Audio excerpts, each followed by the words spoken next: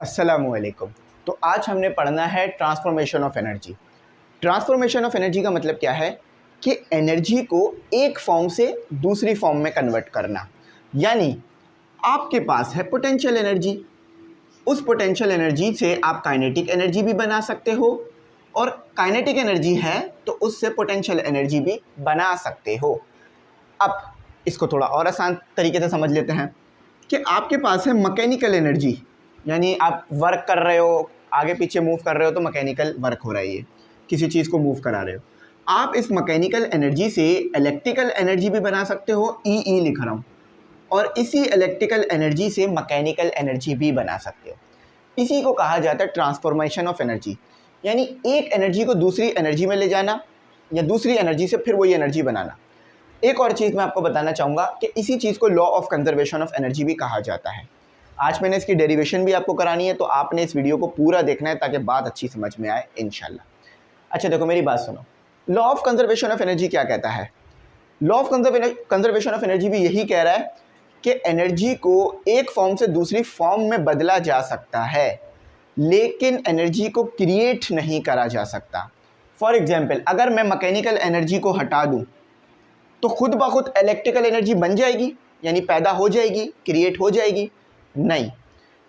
इसकी एग्जांपल इस तरह से लो। पेट्रोल बाइक में डालते हो आप, क्यों डालते हो? ताकि पेट्रोल इंजन में जाके बर्न हो, जले, और जिससे आपको मैकेनिकल वर्क मिले और आपकी गाड़ी आगे जाए। क्या गाड़ी बगैर पेट्रोल के वर्क करेगी? कभी भी नहीं करेगी। क्यों? क्योंकि आपके पास एनर्जी ही नहीं होगी। एक एनर्जी की फॉर्म नहीं होगी तो दूसरी एनर्जी की फॉर्म नहीं आएगी।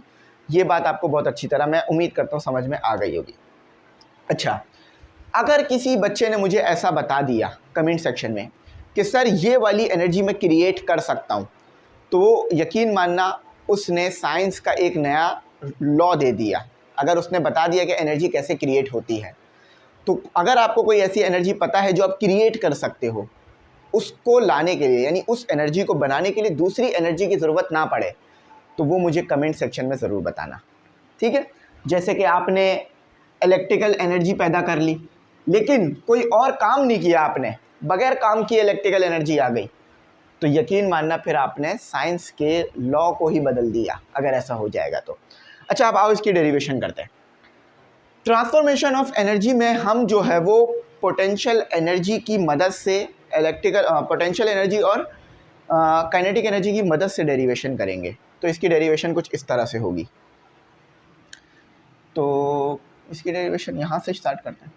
तो कंसीडर करो ये है आपका सरफेस, ठीक है?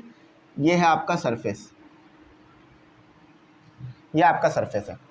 इस सरफेस पे आपने रखी हुई है एक छोटी सी बॉल, छोटी सी बॉल के काफ़ी बड़ी बना दी। एक छोटी सी बॉल आपने रखी हुई है, ये पॉइंट है आपका ओ, ठीक है? जहाँ पर ये बॉल रखी हुई है ये पॉइंट है आपका ओ, क्योंकि बुक में भी आपको इस पॉइंट को ओ कहा गया है।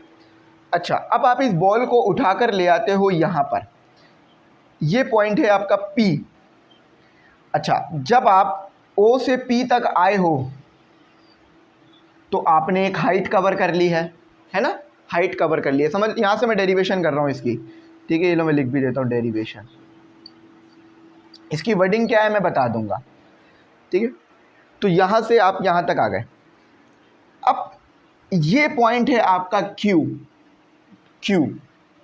यहाँ से लेकर यहाँ तक का डिस्टेंस है आपके पास x, जो कि आपको नहीं पता, और आप चाहते हो यहाँ से लेकर यहाँ तक का डिस्टेंस निकालना। x वाले डिस्टेंस को मैं डॉटेड लाइन से बना रहा हूँ, ठीक है? ताकि थोड़ा डिफ्रेंशिएट हो जाए। अब अगर आपको ये वाला डिस्टेंस निकालना है Q से लेकर O तक का, तो कैसे निकालोगे?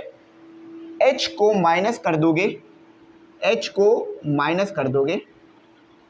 h को माइनस कर दोगे x से, तो आपका ये डिस्टेंस आ जाएगा, जो कि आपको शायद मुश्किल ही हो रहा होगा नज़र आने में, ठीक? तो अगर आपको ये Q वाला डिस्टेंस निकालना है, Q से लेकर O तक का डिस्टेंस निकालना है, तो आपको क्या करना पड़ेगा? h माइनस x करना पड़ेगा। तो आपका जो ये डिस्टेंस है आ जाएगा, ठीक है? देखो ना, h यहाँ तक है और x यहाँ तक है। अगर मैं h में से x को माइनस कर दूँ तो यहाँ तक का डिस्टेंस बच जाएगा, और यहाँ तक का डिस्टेंस इसी के बराबर है, तो QO का डिस्टेंस आ जाएगा, ठीक है? अच्छा चलो, अब मेरी यहाँ पर बात सुनो। तो वर्डिंग क्या लिखनी है? वर्डिंग ये लिखनी है आपने, consider a body of mass m is place at a point from the ground at certain height. Consider करो कि आपके पास एक बॉडी थी जिसे मैंने बॉल कह लिया, ठीक है। याद रखना इस पॉइंट को मैंने O कह रखा है। इस बॉडी का कुछ मास है, m मास है, इसके पास m मास है। यही बॉडी यहाँ पर भी आएगी Q पर। अच्छा, अब बॉडी जो है वो पॉइंट O पर रखी हुई थी। पॉइंट O से हम उसे कहाँ पे ले गए? पॉइंट P से ले गए, P पर ले गए। स्टूडेंट, हम जो है वो पॉइंट P पर टोटल एनर्जी निकालेंगे कि पॉइंट P पर टोटल एनर्जी क्या है। First we will find, we will कर लो या फाइंड लिख लो, एक ही बात है। First we find the total ENERGY energy at point P। अच्छा, ये सारा काम ये चीज़ प्रूफ करने के लिए किया जा रहा है कि क्या एक फॉर्म ऑफ एनर्जी दूसरी फॉर्म ऑफ एनर्जी में ट्रांसफ़र होती है या नहीं, ठीक है, ये देखना है। अच्छा, O से P पर गए, तो जब P पर पहुंच गए तो हमारे पास पोटेंशियल एनर्जी क्या होगी पॉइंट P पर? भाई देखो, ग्रेविटेशनल फील्ड तो आपके पास मौजूद रहेगी, तो पॉइंट P पर आपके पास सिर्फ एक ही एनर्जी होगी, वो है mgh। काइनेटिक एनर्जी क्या होगी पॉइंट P पर? काइनेटिक एनर्जी आपके पास 0 होगी। क्यों? क्योंकि जब आप पॉइंट P पर पहुँचे तो पॉइंट P पर आपकी जो वेलोसिटी है वो 0 है। तो जब वेलोसिटी ही 0 है तो काइनेटिक एनर्जी आपके पास उस पॉइंट P पर 0 आएगी, ठीक है। बात मुश्किल नहीं है, मैं उम्मीद करता हूँ मेरी बात समझ आ गई होगी। तो टोटल एनर्जी कैसे निकलेगी? टोटल एनर्जी के लिए मैं लिख लेता हूँ ET। देख लेते हैं बुक में क्या वर्ड इस्तेमाल हुआ है। बुक में उन्होंने बस टोटल एनर्जी लिखा है, तो हम भी इसे टोटल एनर्जी लिख देते हैं। तो ये आ गया आपका P.E प्लस के ई। अच्छा, तो टोटल एनर्जी आपके पास क्या आती है? टोटल एनर्जी mgh, और ये तो प्लस 0 आ रहा है, यानी सिर्फ आपके पास mgh बच रहा है। अच्छा, अब हम फाइंड करेंगे total energy. Total energy ENERGY energy at point O। अब देखो वर्डिंग क्या लिखनी है आपने, इसके आगे क्या वर्डिंग लिखनी है? इसके आगे आप वर्डिंग लिखोगे, if the body is allowed to fall freely, यानी आप P पर पहुंच गए हो, P पर आपने बॉडी को छोड़ दिया, फ्रीली छोड़ दिया मूव करने के लिए, under the action of gravity, आपको पता है ग्रेविटी उसको नीचे लेकर आएगी, then its potential energy will go on decreasing whole its kinetic energy will go on increasing just before hitting the ground, potential energy of the body will minimum और zero, kinetic energy of the body will maximum और maximum values. तो जैसे ही आप point P पर आकर body को release करोगे, यानी बॉल को रिलीज़ करोगे, तो अब इसकी पोटेंशियल एनर्जी कम होती जाएगी। क्यों? क्योंकि अब इसके पास वेलोसिटी आ जाएगी, कोई वेलोसिटी के आ जाने की वजह से और ग्रेविटेशनल एक्सेलरेशन होने की वजह से आपकी काइनेटिक एनर्जी बढ़ती जाएगी।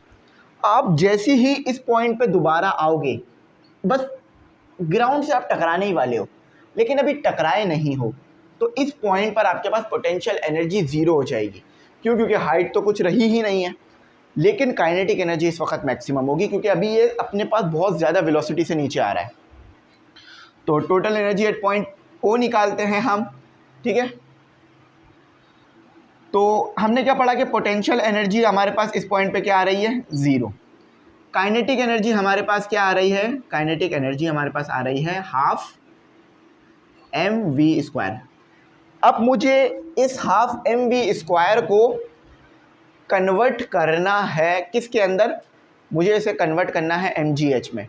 तो जब भी आपको काइनेटिक एनर्जी को mgh में कन्वर्ट करना हो ना, तो आप third equation of motion use करोगे। तो यहाँ लिख लो, हेयर वी यूज़, याद रखना है मेरी बात, here we use third equation of motion. तो स्टूडेंट, आपके पास थर्ड इक्वेशन ऑफ मोशन क्या होगी? Vf² equal to Vi² plus 2As, है ना, यही होगी। अच्छा, S क्या है? S आपके पास h के बराबर है। देखो आप कहाँ से चले हो, यहाँ से चले हो ना, तो इनिशियल वेलोसिटी यहाँ पर होगी। इनिशियल वेलोसिटी हमारे पास क्या है, 0। क्यों? क्योंकि देखो आप जब हाइट पर थे, मतलब आप जब पॉइंट P पर थे, तो वहाँ पर आपके पास कोई भी वेलोसिटी नहीं थी, वहाँ पर आप रुक गए थे थोड़े टाइम के लिए, तो इसीलिए आपके पास VI 0 हो गई है। देखो ना, यहाँ पर आके बॉल रुक गई थी, तो जब बॉल रुकेगी तो VI 0 हो जाएगी ना। यहाँ पर आकर आपके पास VF होगी। VF बराबर है आपके पास V के, ठीक है, ऐसे लिख लो, VF बराबर है V के। तो अब इस सबको पुट कर दो, V equal to 0 plus 2AH, तो आपके पास क्या आ गया, अच्छा स्क्वायर भी है तो स्क्वायर भी आएगा, तो आपके पास आ गया 2AH, ठीक है, आपके पास 2AH आ गया। अब A क्या है, A है एक्सेलरेशन ड्यू टू ग्रेविटी। वहाँ पर वर्डिंग में क्या लिखा हुआ था, body acceleration due to gravity की वजह से मूव कर रही है, तो A रिप्लेस हो जाएगा G से, तो यहाँ आ गया आपके पास G, ठीक है, समझ गए ना कैसे G आ रहा है, तो इधर भी G कर लो। एक एक चीज़ें मैं समझाता जा रहा हूँ ताकि आपको आसान हो जाए। अब इसे पुट कर दो इक्वेशन नंबर 1 में, पुट इन इक्वेशन 1, तो इक्वेशन 1 आपके पास क्या बनेगी, kinetic energy equal to half M और V स्क्वायर की जगह क्या आ गया आपके पास 2AH, 2GH, इस 2 से ये 2 कैंसिल हो गया, तो kinetic energy equal to mgh आ गई आपके पास। देखा आपने कि किस तरह से पोटेंशियल एनर्जी ही काइनेटिक एनर्जी में कन्वर्ट हुई। अच्छा अब टोटल एनर्जी निकाल लेते हैं, तो टोटल एनर्जी क्या आ रही है, टोटल एनर्जी ENER, ये पॉइंट O पे निकाला जा रहा है, ठीक है, तो पोटेंशियल एनर्जी और काइनेटिक एनर्जी का सम आएगा, तो टोटल एनर्जी वर्क भी हो सकता है आपके पास, पोटेंशियल एनर्जी 0 है और प्लस सिर्फ mgh है, इसको आप सिर्फ ऐसे भी लिख सकते हो mgh, ठीक है। अब यहाँ तक तो बहुत आसान थी, लेकिन अब आपने एनर्जी निकालनी है एट पॉइंट x पर, सॉरी Q पर, तो total energy at point Q, total ENERGY energy at point Q, ठीक है, total energy at point Q निकालनी है आपने। अब पॉइंट Q पर आपके पास टोटल एनर्जी 0, मतलब पोटेंशियल एनर्जी 0 नहीं है और ना ही काइनेटिक एनर्जी 0 है। देखो पॉइंट O पर तो काइनेटिक एनर्जी 0 थी, सॉरी पॉइंट O पर काइनेटिक एनर्जी मैक्सिमम थी, पॉइंट P पर काइनेटिक एनर्जी 0 थी, पोटेंशियल एनर्जी मैक्सिमम थी।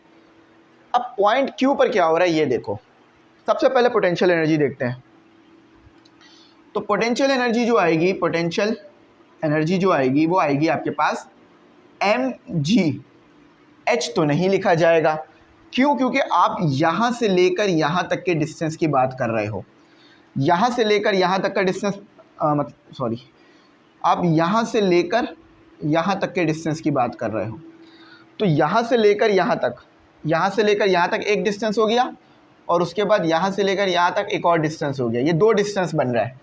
तो यहाँ पर आपके पास पोटेंशियल एनर्जी है h माइनस एक्स, क्या है, मतलब हाइट जो है वो h माइनस एक्स है, तो यहाँ पर h नहीं आएगा बल्कि h माइनस एक्स आएगा, ठीक है, h माइनस एक्स देख रहे हो यहाँ पर और इसको देख लो, तो फॉर्मूला क्या बनेगा आपके पास, potential energy equal to mgh से मल्टीप्लाई हो गया माइनस mgx। अब काइनेटिक एनर्जी पर आ जाओ, काइनेटिक एनर्जी आपके पास क्या रहेगी, हाफ mv स्क्वायर, मगर मुझे जो है यहाँ से लेकर यहाँ तक की काइनेटिक एनर्जी चाहिए इन टर्म ऑफ mgh। दोबारा यही काम हम करेंगे इसके ऊपर, third equation of motion use करेंगे, third equation of motion, third equation of motion. अब थोड़ा सा मैं यहाँ से रिमूव कर देता हूँ वर्डिंग को, ताकि मैं इधर अपने काम को आगे ले चलूँ, ठीक है। ये डेरिवेशन चल रही है आपके पास, मैं उम्मीद करता हूँ आपको ये बात समझ आ रही होगी। इस एनर्जी को सही लिख देते हैं, ENERGY एनर्जी। ठीक है, थर्ड इक्वेशन ऑफ मोशन क्या रहेगी, वही रहेगी VF का स्क्वायर माइनस, F को छोटा बना लेते हैं थोड़ा सा, VF का स्क्वायर इक्वल टू VI का स्क्वायर प्लस 2AS। अच्छा, अब देखो यहाँ पर आकर, मतलब आप चले कहाँ से थे, आप चले कहाँ से थे, आप चले तो वहीं ऊपर से थे ना भाई। देखो आप चले तो वहीं ऊपर से थे ना, VI से ही चले थे ना, चले तो यहीं VI से ही थे ना, तो आपके पास VI तो फिर 0 हो जाएगी, बल्कि एक काम करो ना, इसको यहीं लिख लो, बाकी काम यहाँ कर रहा हूँ। देखो VI तो वही आपके पास फिर 0 हो जाएगी, VF आपके पास फिर वही हो जाएगी V के बराबर, है ना, लेकिन A तो आपके पास G के बराबर हो जाएगा। अब S आपके पास, S किसके बराबर होगा, X के, क्योंकि आप ये वाला डिस्टेंस की बात कर रहे हो, ये वाले डिस्टेंस की, क्योंकि अब यहाँ से चलकर यहाँ पर आए हो। ठीक है, लेकिन अभी ज़मीन तक नहीं पहुँचे हो, ज़मीन से ऊपर हो थोड़ा। तो अब देखो सारी वैल्यूज़ पुट करके क्या बनेगा आपके पास, V इक्वल टू 0 प्लस 2 हिस्सों में बांट लो, V equal to 0 plus 2GX।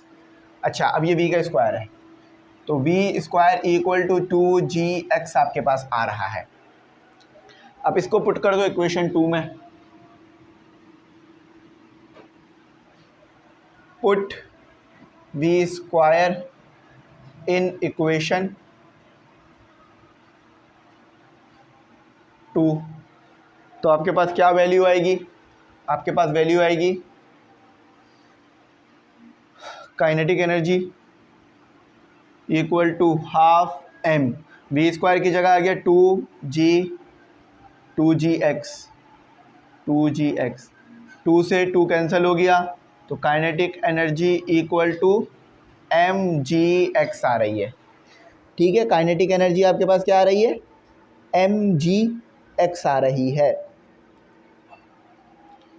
अच्छा, अब ये वाली काइनेटिक एनर्जी, ये वाली पोटेंशियल एनर्जी पुट की जाएगी टोटल एनर्जी के फॉर्मूले में। तो टोटल एनर्जी निकालनी है, total ENERGY energy at point Q।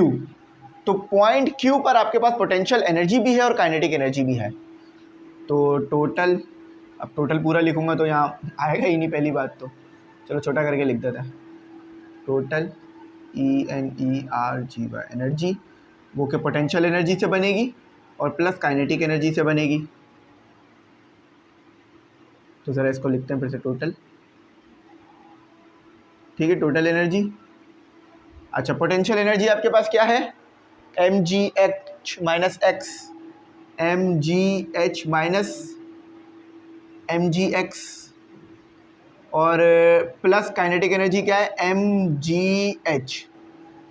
ठीक है, सॉरी x है, x। तो mgh कैंसल हो जाएगा,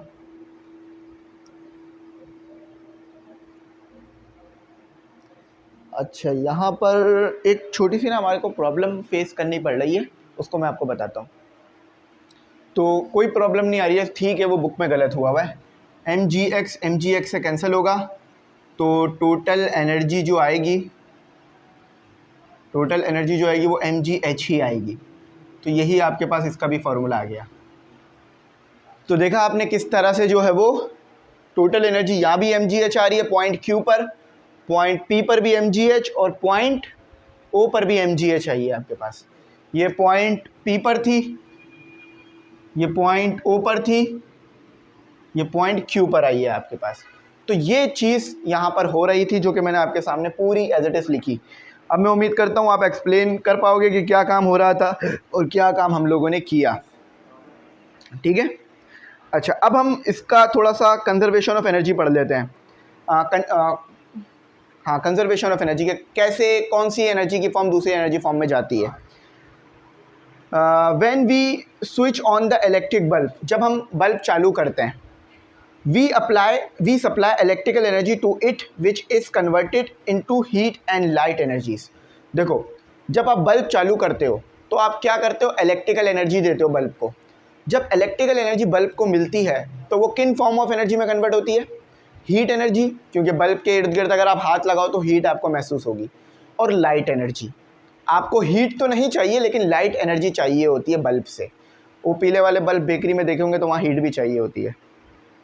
अच्छा, अब केमिकल एनर्जी है आपके पास, फॉसल फ्यूल, आपने पेट्रोल या कोई और फ्यूल जलाया, डीजल जलाया या कोयला जलाया। क्यों जलाया आपने, ताकि आपको हीट एनर्जी मिले। अब उस हीट से आप अपने हाथ वगैरह भी गर्म कर सकते हो या मैकेनिकल सिस्टम भी चला सकते हो। अच्छा, साथ ही साथ कुछ एनर्जी ज़ाया भी होगी। जैसे ही आप पेट्रोल से अपनी बाइक चलाते हो, स्टार्ट करते हो, तो आपने देखा होगा बाइक से साउंड भी निकल रहा होता है। वो साउंड हमारे को बुरा भी लगता है सुनने में, और वो साउंड एनर्जी का वेस्ट होता है, याद रखना हमेशा। अब आपके पास हीट एनर्जी है, उस हीट एनर्जी की वजह से आप क्या करते हो, मैकेनिकल वर्क करते हो, यानी बड़े बड़े टरबाइन चलाते हो। मैकेनिकल वर्क तो हो रहा होता है लेकिन उसके साथ साथ आपके टरबाइन में कुछ एनर्जी ज़ाया भी हो रही होती है इर्द गिर्द की सराउंडिंग में। अब आपने देखा होगा मैकेनिकल एनर्जी कर यानी यहाँ पे लिखा हुआ है, in rubbing our hand we do mechanical work which produce heat. हाँ, प्रोड्यूसेस, देखो क्रिएट नहीं हो रहा है, प्रोड्यूस का वर्ड इस्तेमाल हुआ है। अब देखो मेरे पास ये मेरे हाथ हैं, ठीक है, इनको मैंने यूँ रगड़ा। अब ये जो शोर सुनाई दे रहा है ना आपको मेरे हाथ रगड़ने से, ये है वेस्ट, एनर्जी का वेस्ट, लॉस। अगर ये शोर नहीं होता तो मेरे हाथ और अच्छे गर्म होते। सर्दियों का टाइम चल रहा है तो यहाँ पर ये मैं जब हाथों को रगड़ूंगा, अब आप बोलोगे सर्दी का टाइम है आप हाफ स्लीव पहने दो, इतनी नहीं है, मुनासिब है, ठीक है। तो ये जब मैंने अपने हाथों को रगड़ा तो ये जो शोर हुआ ये एनर्जी का लॉस था, और ये जो हाथों को रगड़ने से हीट पैदा हुई ये काम की एनर्जी थी, क्योंकि इससे मेरे को गर्माहट मिली, लेकिन ये कोई ज़्यादा फ़ायदेमंद नहीं होता। तो यहाँ पर आके हमारा ये काम कंप्लीट होता है। उम्मीद करता हूँ बात अच्छी समझ में आई होगी। वैसे तो मैं पूरा बुक को ही फॉलो कर रहा हूँ, बुक को ही पढ़ा रहा हूँ और बुक की चीज़ें ही बताता हूँ। अपने पास से ज़्यादा मैं चीज़ों को इंक्लूड करता नहीं हूँ। हाँ, वो नॉलेज जो कि बहुत ज़रूरी है, अगर नहीं दी तो बात ही समझ नहीं आएगी, वो शामिल करता हूँ। तो ये कंप्लीट हुआ आज ही इंशाल्लाह। इसके मैं न्यूमेरिकल सब कुछ कराकर इस चैप्टर को कंप्लीट कर दूँगा। कुछ नहीं समझ में आओ ज़रूर पूछना, मैं गाइड करूँगा। Thanks for watching. अल्लाह हाफ़िज़। अपनी कीमती दुआओं में ज़रूर याद रखना।